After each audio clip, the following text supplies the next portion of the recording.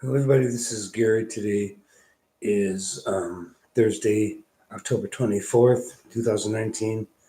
It is 10:11 a.m. Standard Time, Eastern Standard Time in the United States in Rochester, New York. And this is my coping with schizophrenia vlog entry for today. Um, I just wanted to do a quick video on homelessness. I was walking down the street yesterday to the Rite Aid pharmacy to pick up some prescriptions, and I noticed a man who had a pillow, a blanket, and a sleeping bag. He was sleeping in the doorway of a building that's been closed down for quite some time. It used to be, I think, a porn theater, and now it's just a derelict building that's all boarded up. But, anyways, this man was lying in the doorway, sleeping away, his eyes closed, his eyes rested on the pillow. I thought to myself, how the hell can anybody sleep under those circumstances? Um, the man was obviously homeless, and it got me to thinking, what prevents me from being homeless?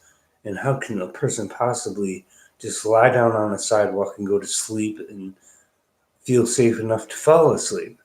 Um, that really struck me as being odd.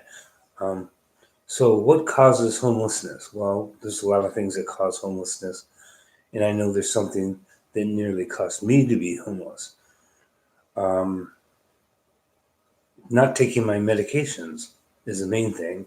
And I was wondering to myself, was this homeless man that I saw lying in the doorway and sleeping, was he mentally ill? And did he stop taking his medications? And is that the reason he's homeless? My experience has been that's a good chance of exactly what's happening. I know a lot of mentally ill people who are my friends who I lost contact with because they stopped taking their meds and they ended up becoming homeless. They refused to follow the rules of society in general, and by not taking their meds, they would just slowly spiral and faster spiral towards becoming homeless by making constant mistakes and showing an inability to take one's medication and follow certain guidelines and certain rules. Um, I don't know if specifically that man that was lying on the sidewalk yesterday. I don't know that he was mentally ill and he stopped taking his meds, and that's why he's homeless. Um, but there's a good chance that's exactly what happens. I live in a neighborhood that has a lot of drug addicts, a lot of mentally ill people who are homeless. There are a lot of churches in this area that supply food and medical care to the homeless in the surrounding area of this part of the city. Actually, this part of the city is fairly nice compared to other parts. It's not a ghetto. It's pretty much very affluent people live in this neighborhood. And what that causes is affluent churches to be in the neighborhood, and those churches tend to be fighting for what they call social justice, including food, meals, clothing, and medical care for the homeless, many of whom are mentally ill. Um, so, anyways, I stopped taking my medication once, and I ended up in a homeless shelter for about 30 days. That was the closest thing I ever had done to becoming homeless. Luckily, I was able to find a room to rent and work my way back all the way up to an apartment, which takes time because landlords do background checks. So I had to get a room first with a landlord, and then after I was with him for 3 or 4 years, I moved into an apartment because he gave me a good reference for an apartment, which I'm now in. I'm paying $600 a month or $610 a month for a studio, which means it's not a one bedroom. There's a living room.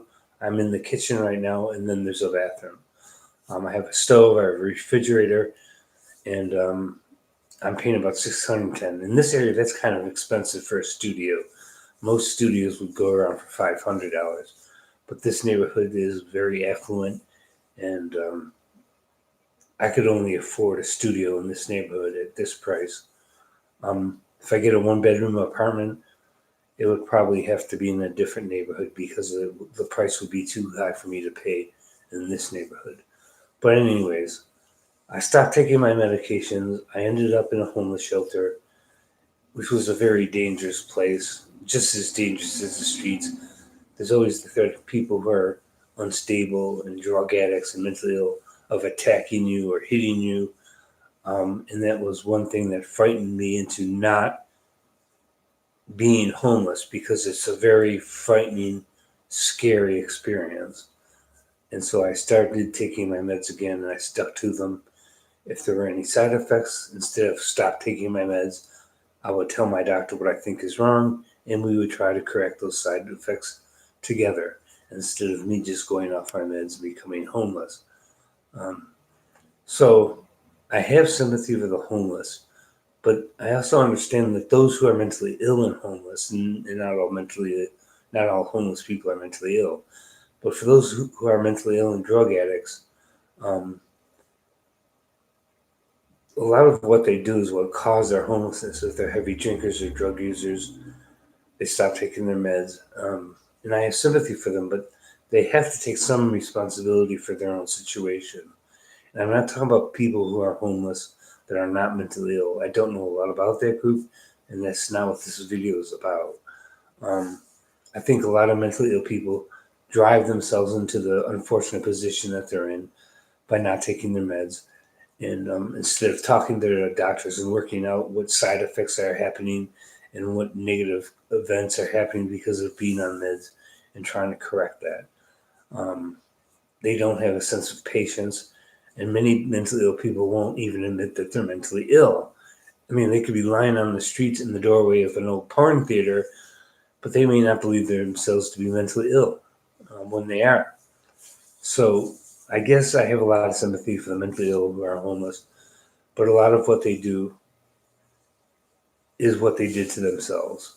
And they got into a position that was of their own making. There's that old saying, you made your bed, now lie in it, even if there's no bed and your bed is a sidewalk.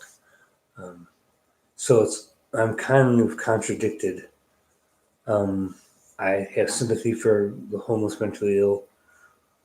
It's a very scary experience to be mentally ill and homeless, or to be homeless in general. Um, but there's a certain degree of self-inflicted homelessness, I guess I would call it. And those who are mentally ill need to take more responsibility for what they are doing to themselves in their own lives. Like, subscribe, share, comment.